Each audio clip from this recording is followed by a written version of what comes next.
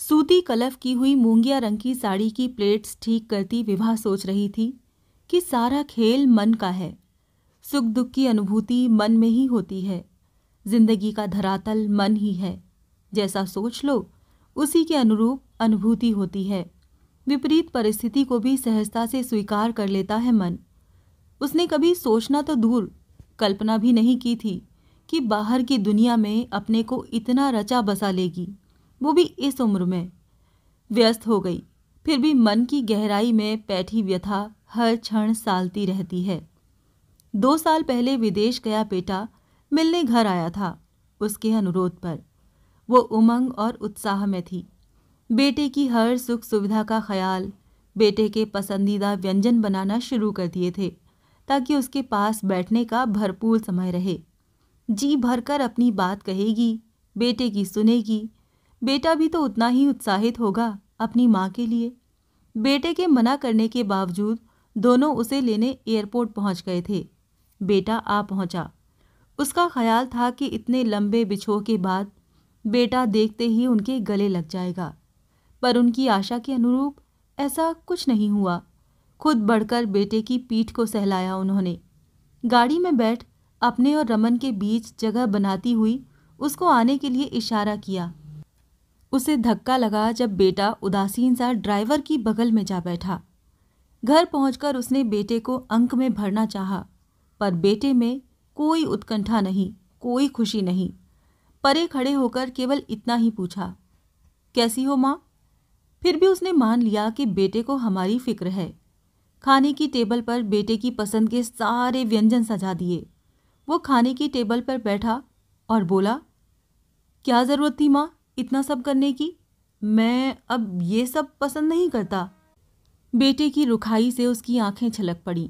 तब पति रमन ने समझाया, 2 साल से विदेश में है, ये सब आदत उसकी छूट गई होगी। जैसे अरुचि हो। बेटा थोड़ा सा खाकर उठ गया। उसने जल्दी से सब कुछ समेटा, ये सोचकर कि बेटे के कमरे में जाकर बैठेगी, पर बेटा करवट लेकर सो गया था। माँ का इंतजार तक नहीं किया। शाम को उठा तो बोला, माँ मैं अपने कुछ दोस्तों से मिलकर आता हूँ। और गई रात घर लौटा। दूसरे दिन भी यही सिलसिला रहा। हमारे इतने बुलाने पर तो वो घर आया और तीसरे दिन ही यहाँ से जाने की तैयारी। हम दोनों जब उसे छोड़ने जाने के लिए तैयार हुए तो उसने बड़ी रुखाई से मना कर दिया। आप लोग बेकार में क्यों परेशान होते हैं, मैं निकल जाऊंगा। तब लगा बेटा नेह के बंधन तोड़कर चला गया। ये कैसा व्यवहार था बेटे का? क्या हो गया था उसे? बेटे के विमुखी रूखे व्यवहार ने, अवहेलना ने ऐसा त्रास दिया कि उसके जाने के बाद वो तो बिल्कुल ही टूट गई, सदमे में डूब गई। रमन से विभा की हालत देखी नहीं जा रही थी। ऑफिस जाना छोड़ वो दिन भर तरह तरह से उन्हें समझाते रहते। निराशा में डूबने की जगह आशा का दामन थामो विभा। ममता की डोर इतनी कमजोर नहीं हो सकती। तुम्हारा बेटा पहले की तरह ही तुम्हारा होकर ही तुम्हारे पास लौटेगा, टूट कर नहीं। अपने को सहेज कर हम उसका इंतजार करेंगे। ऐसी हताशा में जिंदगी कैसे कटेगी?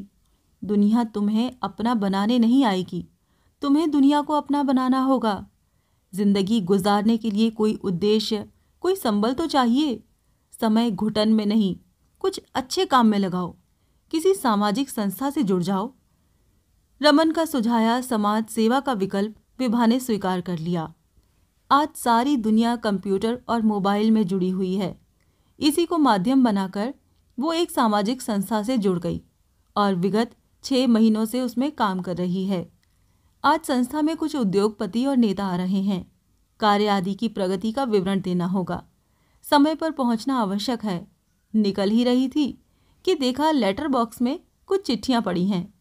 निकालने को हाथ बढ़ाया तो एक लिफाफा और कुछ पोस्ट कार्ड आदि मिले। जल्दी में थी, सब टेबल पर रखकर निकल गई। शाम को थकी मांदी लौटी।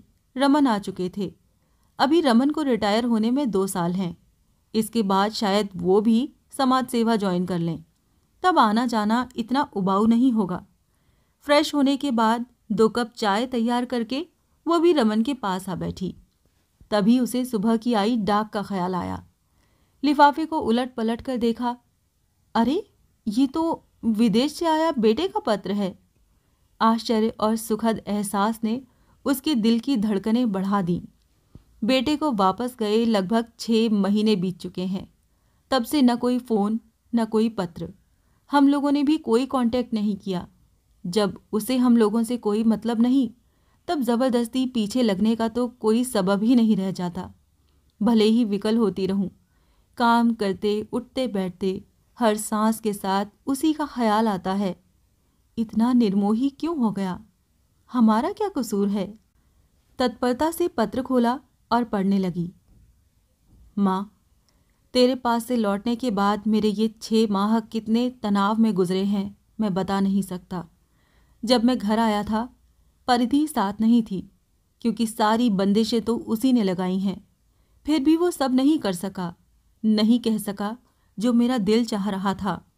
तुम्हारी गोद में सिर रखकर उसी तरह तुम्हारे आंचल में छिप जाऊं, जैसे हॉस्टल से आने पर घंटों तक पड़ा रहता था। परिधि की द्वेषपूर्ण बीमार मानसिकता इस घर में आते ही तुम्हारे खिलाफ रही। तुमसे प्रेमपूर्ण बर्ताव उसे पसंद नहीं। ऑफिस से आते ही तुम्हारे पास बैठ जाता तो वो चिढ़ जाती थी। मैं क्या करूँ माँ? इसीलिए मैं चाहता था तुम मुझे कपूत समझने लगे, मुझसे चिढ़ जाए।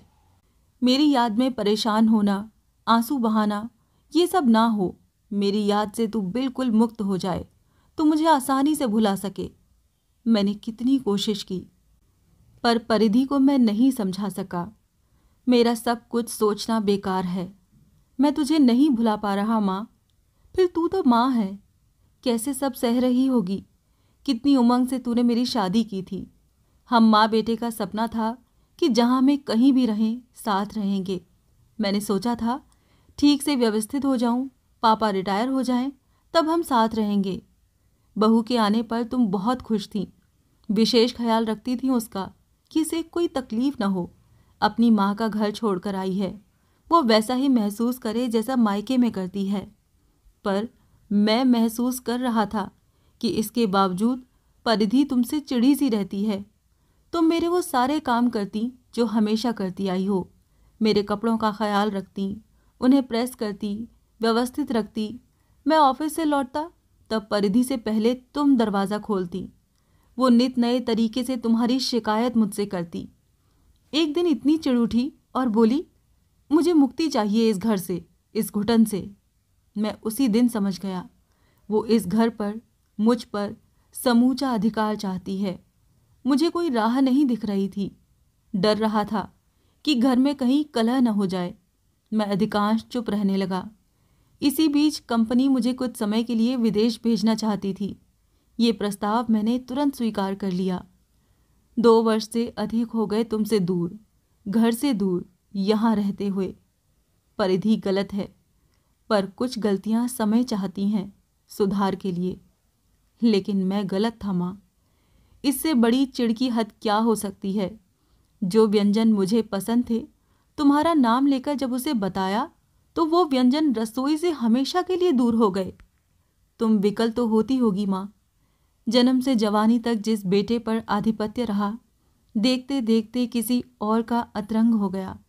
तुम्हारे भावनात्मक अधिकार पर किसी और ने आसन जमा लिया। पत्र पढ़ते पढ़ते एकदम से वो बोल पड़ी, नहीं बेटा, तू गलत सोच रहा है।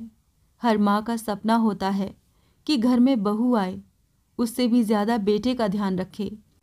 बहू बेटे की अंतरंगता देखकर हर प्यार करने वाली माँ को खुशी होती है।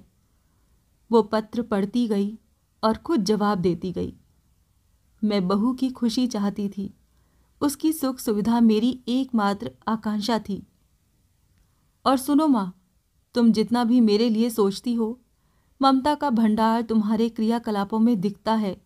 तुम्हारा मोहपाश तुम्हारी बहू के लिए बोझ बनता गया और वो तुमसे दूर होती गई, तुमसे कतराने लगी। और भी आगे जो मैं कहने जा रहा हूँ, किसी बेटे ने कहा नहीं होगा, किसी माँ ने सुना नहीं होगा। ये लिखते हुए मुझे मर्मांतक पीड़ा हो रही है। मेरा दाम्पत्य दांव पर लग गया है और अधिक मैं नहीं सह सकता। उसके टूटने का मुझे खेद नहीं। मैं त्रस्त हो चुका हूँ रोज़ रोज़ के विवादों, बंधनों और झगड़ों से। वो इंसान ही क्या जो अपनी माँ का न हुआ। कंपनी ने भी अपनी समयावधि खत्म कर दी है।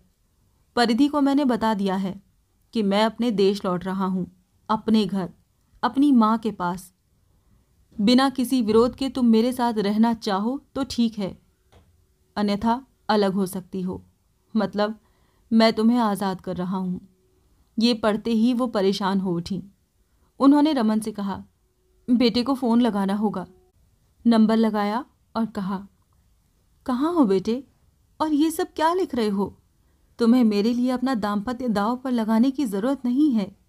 एक कलंक मेरे लिए मत दो बेटा। मेरा क्या है, जिंदगी बची ही कितनी है। तुम दोनों जहाँ भी रहो सुख से रहो। मैं विमोह हो चुकी हूँ। मुझे तुमसे या बहू से कोई शिकायत नहीं। भारत वापस आ रहे हो तो साथ लौटना, ये मेरी आज्ञा समझ लेना। गला भराया और इसके आगे वो बात नहीं कर सकी। बेटे से बात हुए लगभग 1 महीना बीत गया। न उन्होंने फ़ोन लगाया और न ही बेटे का फ़ोन आया।